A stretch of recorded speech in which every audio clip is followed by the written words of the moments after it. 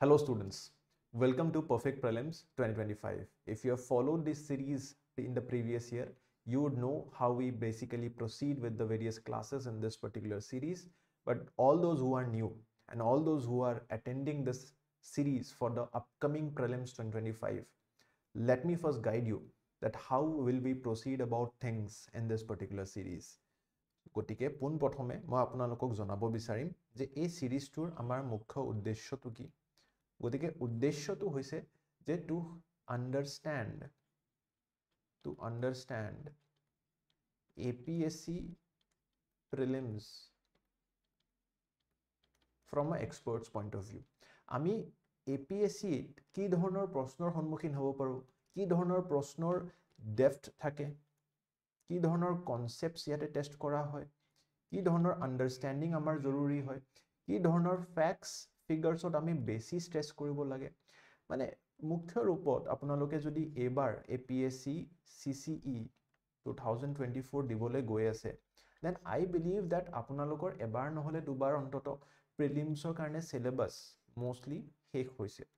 যিসকল ৰিপিটাৰ্স হয় তেখেতসকলৰটো হৈছে যিসকল নতুন আগ্ৰহী তেওঁলোকৰো মই বিশ্বাস যে আপোনালোকে 80-70-80% সিলেবাস কমপ্লিট কৰি থৈছে কিন্তু এই পৰ্যায়ত এতিয়া খুবেই গুৰুত্বপূৰ্ণ হৈ পৰিছে যে আপোনালোকে অকল ব্লাইন্ডলি কিতাপবোৰ পঢ়ি গৈ থাকিলে নহব ইউ হেভ টু আন্ডাৰষ্টেণ্ড কি APSC প্ৰশ্ন কোনটো দিশৰ পৰা সোধা যায় কাৰণ কি এটা টপিক আমি পঢ়াৰ পিছত বহুতো ফ্যাক্টস বহুতো ফিগাৰস তাতে থাকে কিন্তু একচুয়াল প্ৰিলিমছত কেনেকুৱা প্ৰশ্ন আহে সেই বস্তুটো বুজাটো খুবেই জৰুৰী হৈ পৰিছে আৰু সেইবাবে আজিৰ ক্লাছটো আপোনালোকে শীৰ্ষক দেখা পাইছে যে যোৱা বছৰৰ যেটো APSC CCE 2023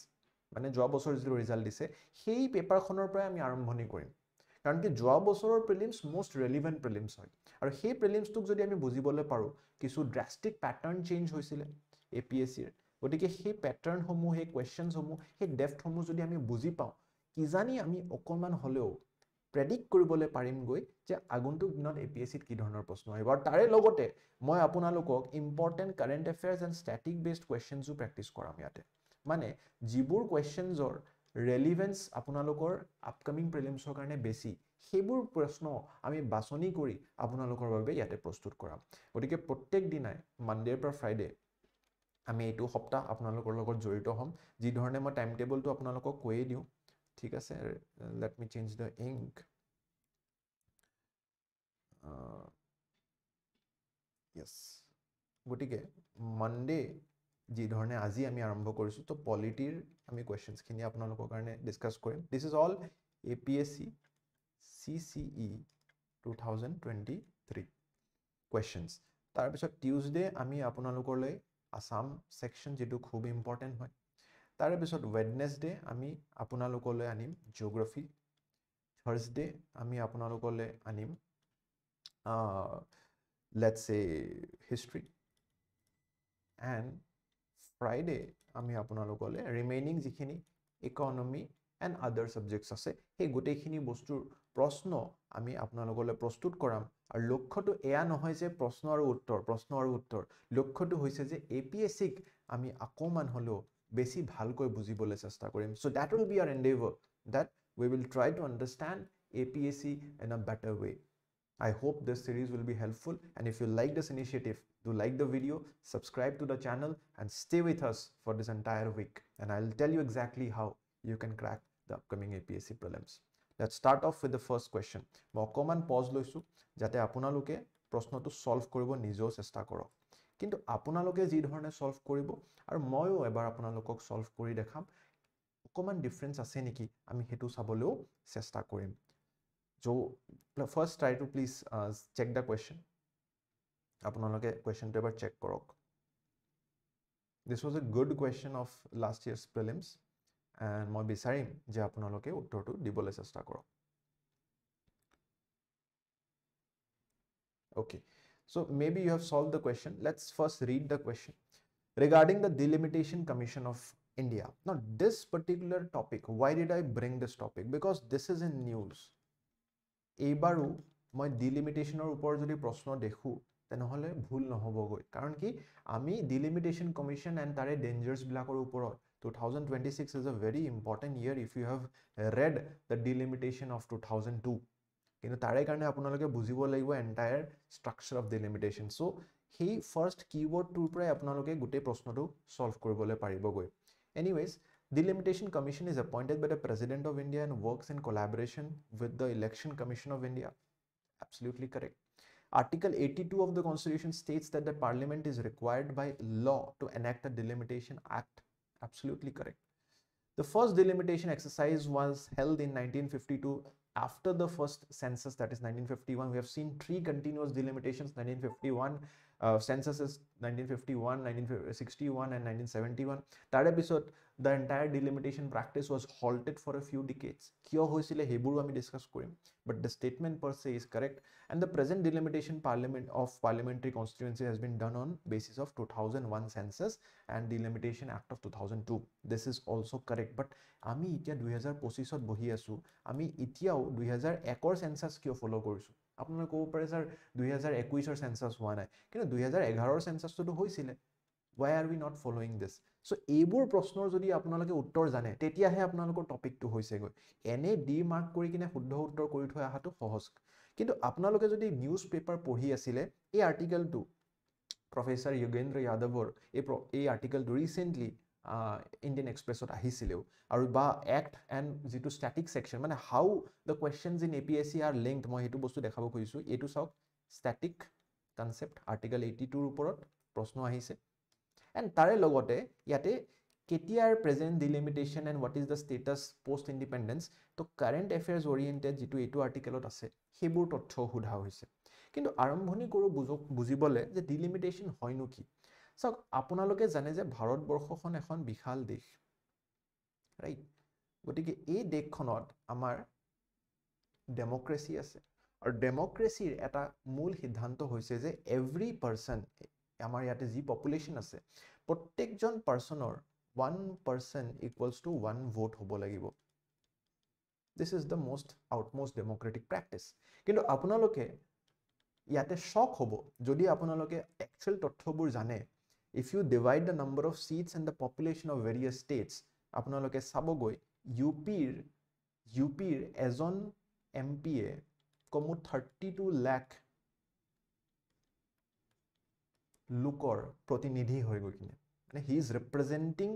one MP seat in the parliament যোনটো UPৰ পৰা ইলেক্ট হৈ আহিছে তেখেতে 32 লাখ লোকৰ কাৰণে ৰিপ্ৰেজেন্টেটিভ হৈ কাম কৰি আছে কিন্তু সেই তথ্যটো যদি আপুনি আকৌ কেৰালাত চাই One MP in Kerala represents around 18 lakh people. And সেই তথ্যটো আকৌ যদি অৰুণাচল প্ৰদেশ বা গোৱাৰ নিচিনা ৰাজ্যবিলাকৰ চাই আপোনালোকে আকৌ দেখিব যে one MP is representing much lesser portion of the population around 8 lakh. গতিকে কিন্তু এওঁলোকৰ ভোটিং পাৱাৰ MP হিচাপে তেওঁলোকৰ ষ্টেটাস একে লোকসভাত যেতিয়া বহে গৈ কিনে তেওঁলোক they are equal MPs কিন্তু MP from UP, Member of Parliament from UP, is representing 32 lakh people ka voice. A Member of Parliament from Kerala is representing much lesser and Arunachal Pradesh further lesser 8 lakh people. But don't you think this is a violation of democracy? And that is why we say Indian democracy is asymmetric. Indian federalism per se is asymmetric. Aru yate bohutu north-south divide apnaloke dekhibo parbo. This primarily is between the northern Indian states and the southern Indian states. Dekha poa goise the southern Indian states or number of seats representation in the parliament it is much lesser. কিন্তু এটুনো কিয় হৈছিল কাৰণ কি এই ডিলিমিটেশনৰ যেটো act হয় এই delimitation কমিশনৰ যেটো নিৰ্দেশ হয় তাৰে মতে হৈছে যে ফাৰ্স্ট ক্ৰাইটেৰিয়া ইজ দ্যাট আমি পপুলেশন ওয়াইজ ডিভাইড কৰিব লাগিব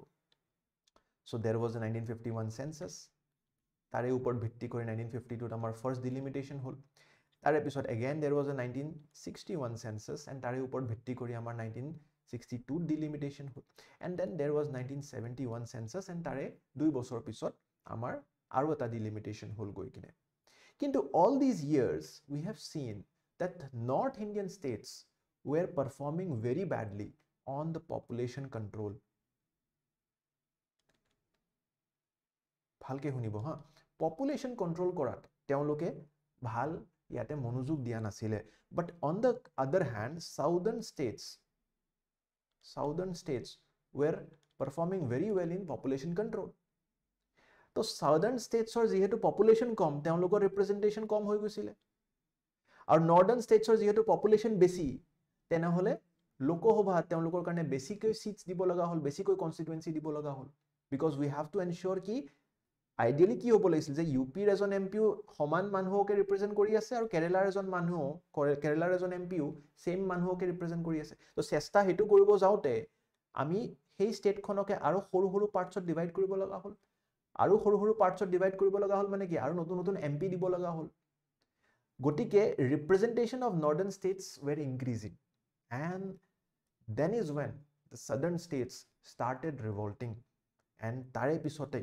আমি দেখা পাইছিলোঁ কিছু ডিকেডছলৈকে ডিলিমিটেশ্যন প্ৰেক্টিছটোকে বেন কৰি দিয়া গৈছিলে দেৰ was a fridge in the number of seats until 2001 census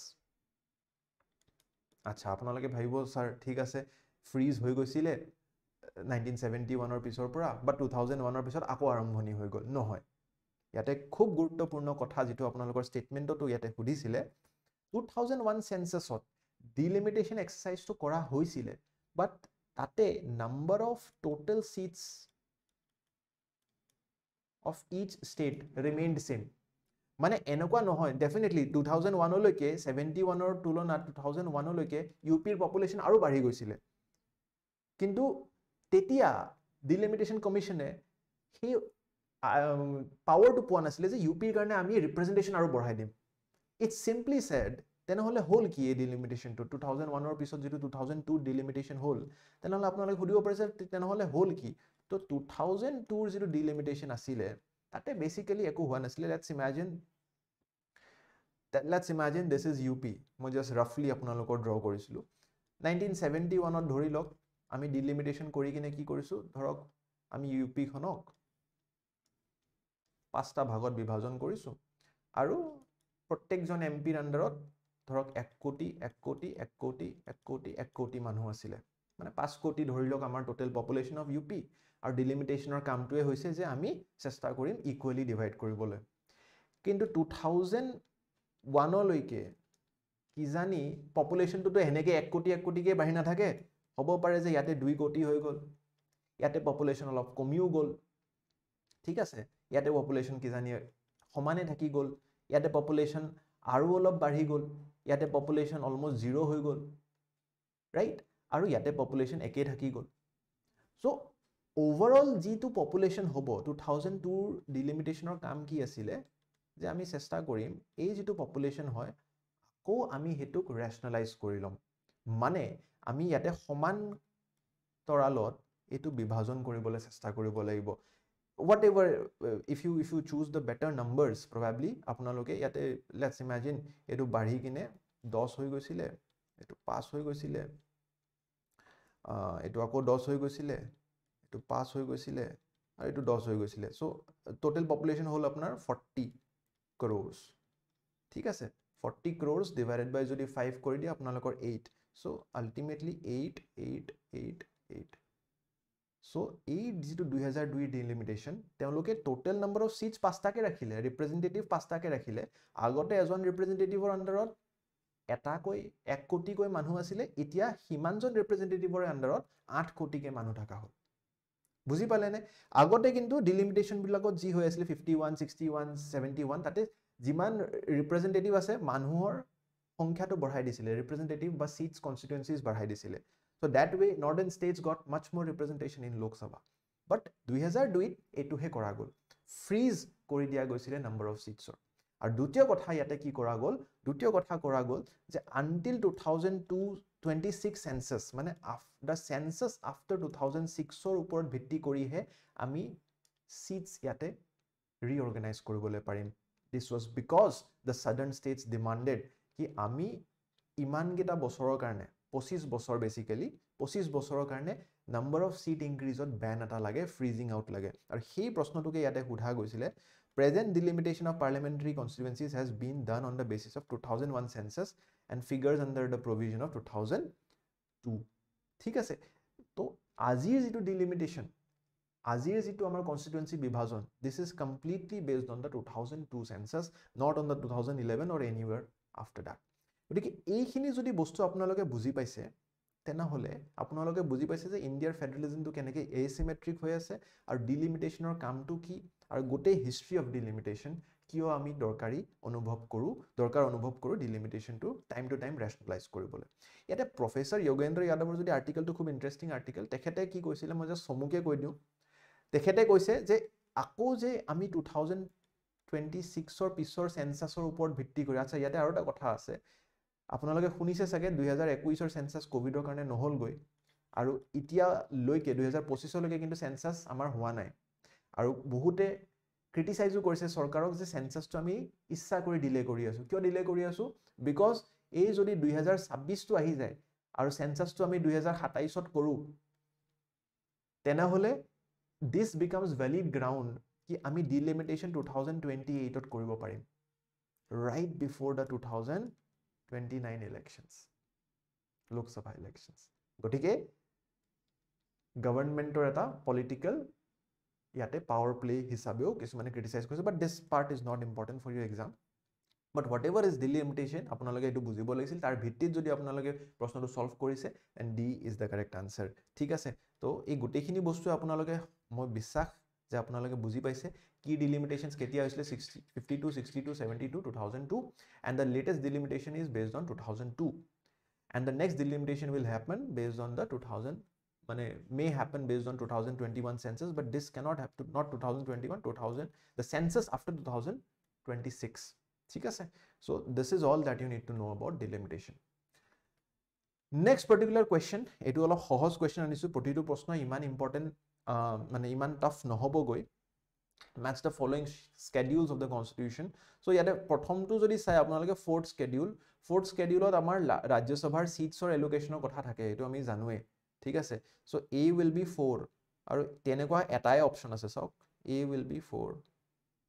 so মই বাকি কিটা নপঢ়ু 11th scheduleত কি আছে 8th scheduleত কি আছে 3rd scheduleত কি আছে I'll not even read that ঠিক আছে এনে আপোনালোকে জানি থোৱাটো উচিত 11th scheduleত পঞ্চায়ত আছে 8th scheduleত languages আমাৰ যি 22 official languages 3rd scheduleত oath and affirmations আছে right so some easy questions will also be there which does not need such a long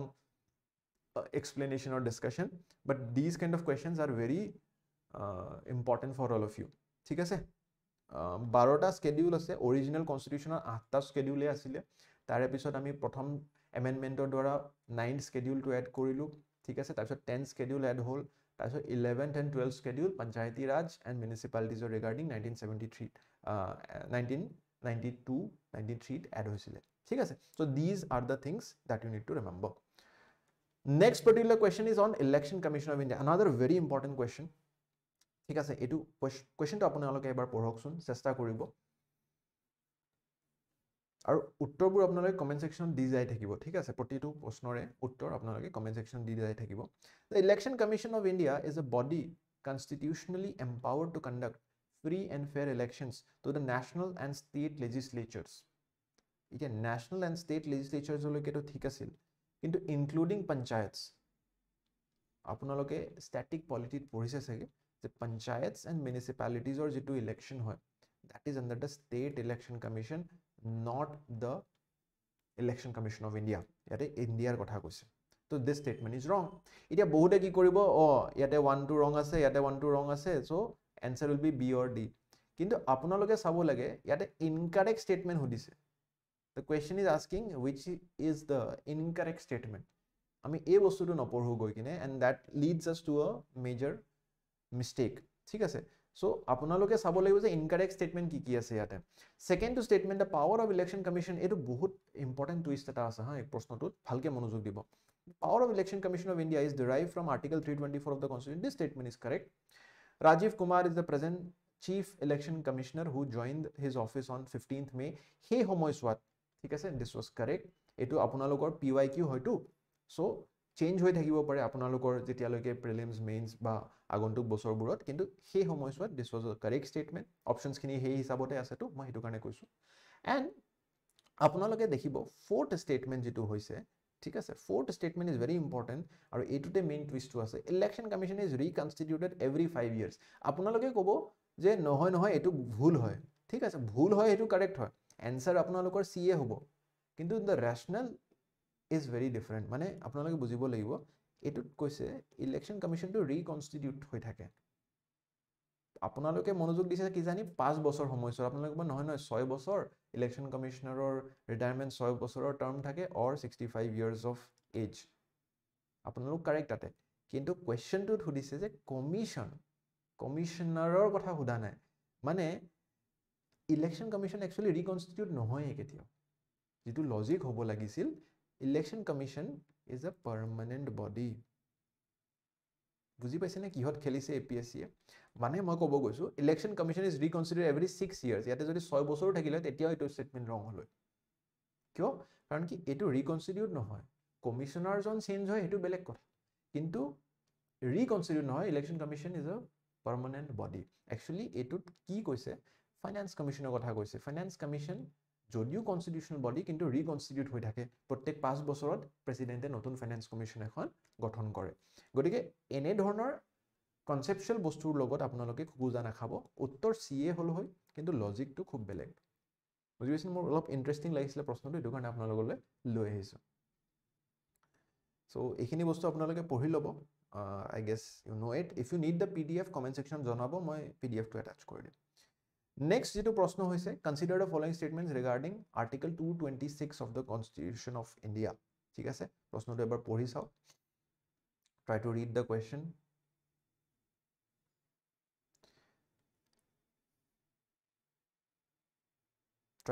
question all of you অলপমান দীঘলীয়া প্ৰশ্ন হয় চেষ্টা কৰিব আপোনালোকে প্ৰশ্নটো ভালকৈ পঢ়ি কিনেহে উত্তৰটো দিবলৈ চেষ্টা কৰক article 226 of the constitution court to কাটি দিব of India empowers a high court এটা court আহিব লাগিছিল Constitution of India Article 226 of the Constitution of India empowers a high court to issue writs including habeas corpus mandamus certiorari prohibition and quo warranto for the enforcement of fundamental rights of the citizens and or any other purpose definitely this statement is correct আপোনালোকে জানে 226 এ আমাৰ হাই কোৰ্টছক power দিয়ে writ jurisdictional power দিয়ে fundamental rights and any other purpose the phrase any other purpose এই যেটো phrase দিছে যে any other purpose মানে কি বুজাইছে তো গতিকে the phrase any other purpose refers to the enforcement of an ordinary legal right আমাৰ যিমান non constitutional ordinary laws আছে যেনেকৈ ফৰ এক্সাম্পল আগতে আছিল আইপিসি সিআৰপিসি বা এতিয়া যি আছে ভাৰতীয় ন্যায় সংহিতা ভাৰতীয় নাগৰিক সুৰক্ষা সংহিতা সাক্ষ্য সংহিতা ঠিক আছে তো এইবিলাক যিবিলাক সংহিতাস বিলাক আছে তেওঁলোকৰ অধীনত যিবিলাক কানুন আহে ল আহে সেইবোৰৰো ইমপ্লিমেন্টেশনৰ কাৰণে কিন্তু হাই কোৰ্টে ৰিটস এপ্লাই কৰিব পাৰে আৰু এটো শুদ্ধ ষ্টেটমেন্ট হয় this is actually a correct statement ঠিক আছে writ jurisdiction of the high court and that is why আপোনালোকে জানিব লাগে সুপ্ৰিম কোৰ্টে কিন্তু সুপ্ৰিম কোৰ্ট যেটো থাকে আমাৰ Supreme Court can issue writs only on the violation of fundamental rights. Into High Court can issue writs on the violation of fundamental rights plus the legal rights as well. গটিকে আপোনালোকে যদি চাই writ jurisdiction আমাৰ হাই কোৰ্টৰ wider হয় বেছি হয় কাৰণ কি ইয়াতে ফান্ডামেন্টাল ৰাইটৰ লগত অন্য যিবিলাক ৰাইটস আছে অন্য যিবিলাক ল আছে অন্য যিবিলাক লিগেল প্ৰসিডিংছ আছে হেবোৰৰ ক্ষেত্ৰটো কৰিব পাৰে কিন্তু সুপ্ৰিম কোৰ্টে অকল ফান্ডামেন্টাল ৰাইটতহে আপোনালোকক ৰেমেডি দিয়ে গতিকে this statement is also correct wider হয় The Supreme Court can issue writs only on the enforcement of the fundamental rights and not on any other purpose. That is, it does not extend to a case where breach of ordinary legal right is alleged. Hey, যেটো বস্তু মই ইয়াতে কলো ইয়াতেও শুদ্ধ তো মানে এটো বস্তু মিউচুয়ালি এগ্রিং স্টেটমেন্টস হয়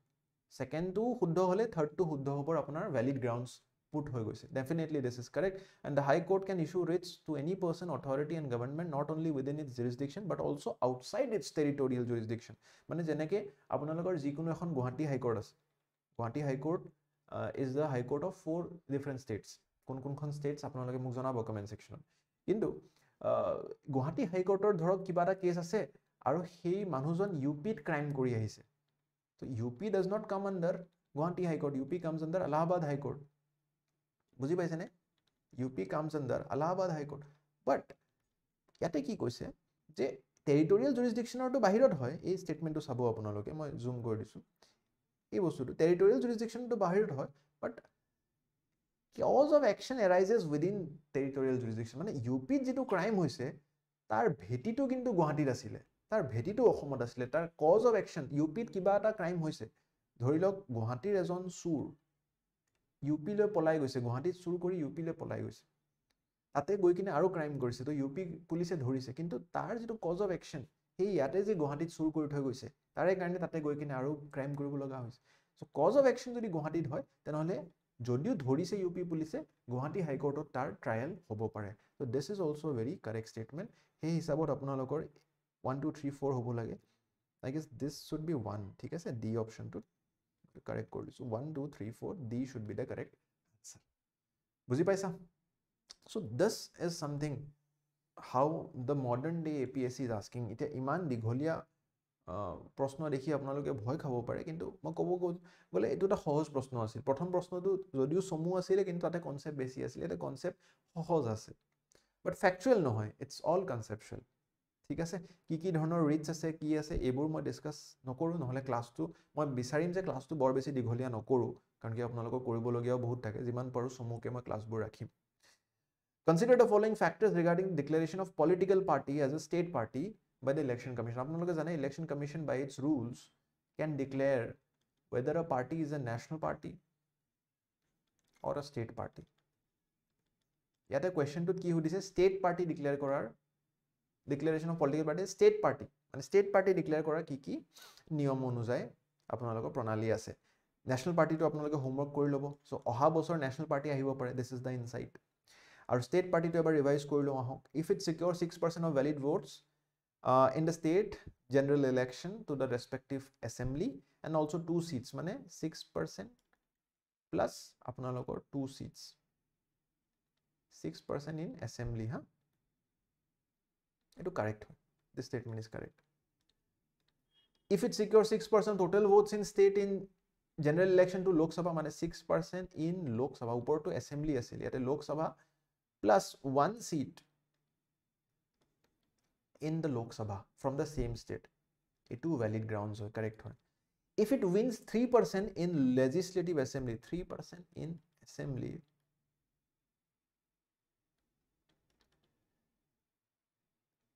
of the state concerned, or 3 seats in the assembly, or yate koise plus no yate, or 3 seats, whichever is higher. For example, কোনোবাখন ৰাজ্যত যদি 300টা সিট আছে ঠিক আছে তো তাৰে যদি 3% আপোনালোকে চায় ঠিক আছে সো কিমান হ'ব 3টা সিট হ'ব ৰাইট 3 into 3 আপোনালোকৰ 9 হৈ যাব ইনফ্যাক্ট সৰি 9টা সিটস সো ইয়াতে কি কৈছে if it wins 3% of seats in the assembly মানে 3% এই assembly to 3% কিমান হ'ব 9টা seat or 3 in totality whichever is more মানে ইয়াতে in this particular state কিউকি state খন ডাঙৰ হয় তাতে 9টা সিট আপোনালোকে জয় হলেহে state party দৰ্জা পাব এটা কিছুমান ৰাজ্য ধৰক অকল 10টা আপোনালোকৰ হেৰি আছে সিট আছে ঠিক আছে তো তেতিয়া আপোনালোকৰ বা 100টা সিট আছে ধৰি লওক তো তাৰে 3% কিমান হ'ব 3টা সিট বাট 100কে এটাও যদি কম হয় তেনেহলে 2% হ'ব 2 point something হ'ব তেনেহলে আপোনালোকে 3টা সিট জয় কৰিলো state party দৰ্জা পাব গৈ কিনে So this is also a correct statement. If it secures 16% of the total valid votes polled in the state at a general election to the Lok Sabha from the state or to the state legislative assembly, 16%, this is huge. 8 to bhul hoise. This should be 8%. আপোনালোকে এই নিয়মটো যদি চাইছে 2011 ত add কৰা গৈছিল কিন্তু ঠিক আছে আৰু এই নিয়মটোৰ অনুযায়ী 16% নহয় 8% হে আপোনালোকৰ কাৰণে কৰা গৈছিল নিয়ম select the incorrect statement এতিয়া আপোনালোকৰ লাগিলে হয় a হ'ব লাগে কিন্তু answer d হ'ব গৈ কিনে because incorrect statement টো হে আপোনালোকক সোধা গৈছে ইয়াতে so if you have to choose the incorrect statement then অকল fourth statement টো wrong হয় and d should be the correct answer গতিকে correct incorrect ত কিন্তু APSC এ বহুত আপোনালোকৰ লগত খেলি আছে এই বস্তুটো আপোনালোকে এই টেবুলখনৰ দ্বাৰাও ৰিভিজন কৰিব পাৰিব শেষত মই চাওক 5টা প্ৰশ্ন কৰালো আজি এইটো প্ৰশ্ন হোমৱৰ্ক হিচাপে মই লৈ আহিছো আপোনালোকলে গতিকে এই প্ৰশ্নটো কিন্তু আপোনালোকে অকল ফ্যাক্টস হিচাপে পঢ়ি কিনে থৈ কিনে উত্তৰটো দি থৈ নাযাব গুটি কনসেপ্টটো ৰিভাইজ কৰক আৰু মই এই পাৰফেক্ট প্ৰিলিমছৰ মাধ্যমত আপোনালোকক শেষলৈকে পৰীক্ষা আহালৈকে আপোনালোকৰ এনেকুৱা এটা কনফিডেন্স আহিব, আত্মবিশ্বাস আহিব যে মই এই সিৰিজটোৰ মাধ্যমত ৰিভাৰ্ছ ইঞ্জিনিয়াৰিং কৰি গোটেইখিনি ষ্টেটিক কনচেপ্ট কাৰেণ্ট এফেয়াৰ্ছৰ ইম্পৰ্টেণ্ট টপিকছ ৰিভাইজ কৰা হৈছে। So' it's a reverse engineered revision technique for all of you. This is what I try to achieve at least. With your larger participation, probably we can make it a successful thing. ঠিক আছে? তো চেষ্টা কৰক এনেধৰণে আপুনি কুৱেশ্যনটো solve কৰক, নো confidence and চেঞ্চাৰ মোশ্যনৰ ওপৰত। কিবা যদি আপোনালোকৰ অসুবিধা হয় মোক কমেণ্ট ছেকশ্যনত জনাব। বাকী ক্লাছটো কৰি কেনেকুৱা লাগিলে সেয়াও জনাব পাৰে কমেণ্ট ছেকশ্যনত। আৰু কালি লগ পাম with the topics of Assam section. গতিকে অসম যিটো আমাৰ ছেকশ্যন হয়, যোৱা বছৰ আমি 39 কুৱেশ্যন দেখিবলৈ পাইছিলোঁ out of 100 questions in prelims out of Assam. গতিকে এই অসম ছেকশ্যনৰ ওপৰত অকণমান বিশেষ মনোযোগ দিয়াটো উচিত বুলি মই অহাকালি আপোনালোকৰ লগত ডিছকাছ কৰিম। ঠিক আছে, তেতিয়ালৈকে আপোনালোকে ভালকৈ পঢ়ি থাকক। ঈদৰ শুভেচ্ছা আপোনালোক সকলোকে। আৰু ভালকৈ পঢ়ক। প্ৰিলিমছৰ আপোনালোকে গম পাইছে এতিয়া ভেকেঞ্চিও ইনক্ৰিজ হৈছে। গতিকে this is the moment. Pull up your socks, perform your best. Thank you. Jai Hind.